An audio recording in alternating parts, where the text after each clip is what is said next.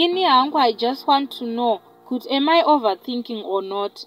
I used to go and chill kudem relocation kwandinogara to refresh my mind. It's a quiet and peaceful place to clear your mind and plan zvimwe zvinhu zvelife. You can focus ukagara ipapo ukatobva nemaplans ane musoro. I then started doing zvimwe zvinhu zvekuti ndaisafarira kubva kudhara. Ndainogara kana padombo rakakomberedzwa nemvura o kuita mamwe marisks ndiriko kudhemu ikoko.